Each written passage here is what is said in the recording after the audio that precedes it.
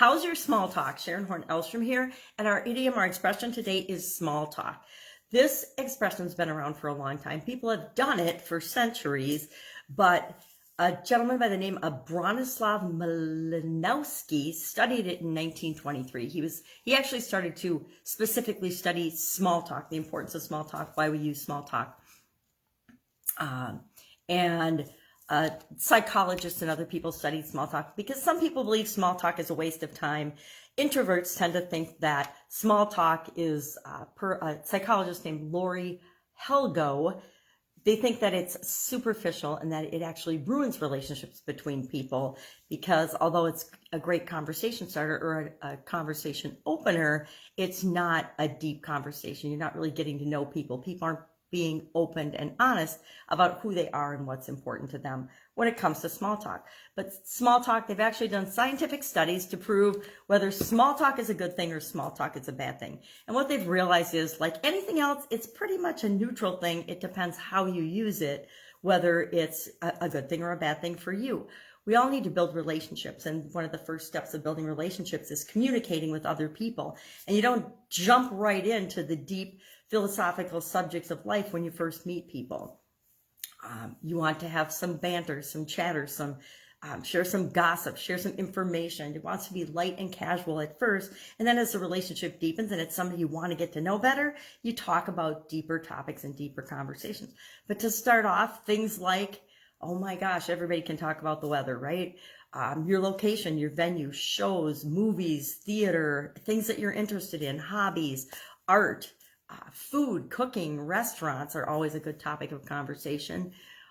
Books that you're reading, sports, the climate, traveling, things like that, things that are of interest to you make great small talk. And really, it's about asking people questions about themselves and getting to know them. That's how we build relationships. All of our businesses, all of our relationships are built on communication. And an important part of that is the ability to participate in small talk, to have conversations that don't have to be the be-all and end-all of our philosophical beliefs. I found an interesting article about how to take conversations from small talk and make them a deeper conversation. And there were, I think, 5 steps or so, or 5 things to consider when you're doing that. Number 1 is assume that people are deep thinkers and that they have thoughts that aren't just surface and superficial. They're not thinking about the weather or about what they're going to eat for supper all the time. So you assume people want to talk about deep topics. And again, it depends on your relationship. People that we just come in contact with on a casual basis, a lot of the people we work with are just casual acquaintances. They're not deep-seated, deep relationship conversation candidates, I guess. We want to build rapport, and sometimes we want to take the conversation from the superficial small talk level to a deeper level. But every meeting I was ever in, we started out with some small talk, or a team building exercise, something to get the ball rolling so people feel comfortable communicating with one another. But the first thing you need to do when you want to deepen those conversations is assume people have deeper thoughts and want to have a deeper conversation with you. Then have some conversation starters in mind with respect to the topic that you want to get into with somebody.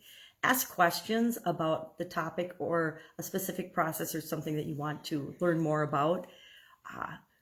Figure out what makes that person special, what makes them tick, what's important to them, and then avoid conversation starters and small talk topics like the weather, the climate, insignificant superficial hobbies and activities, where'd you eat lunch, etc.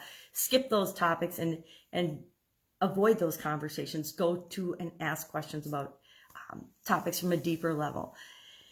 And finally, don't try to foist, I call it foisting, your perspective and your opinion on other people. Be open to getting to know more about them. Don't make it all about you convincing them that they should believe what you believe. Find out what is really important to them and what they believe.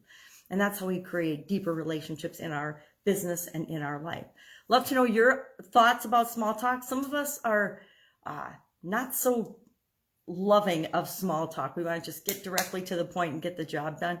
Other people just love small talk and love having conversations with every stranger. I know people that can talk to absolutely anyone on the planet and have an incredible conversation with them. And I know other people that would rather, go to the dentist to then have to have a conversation with a stranger.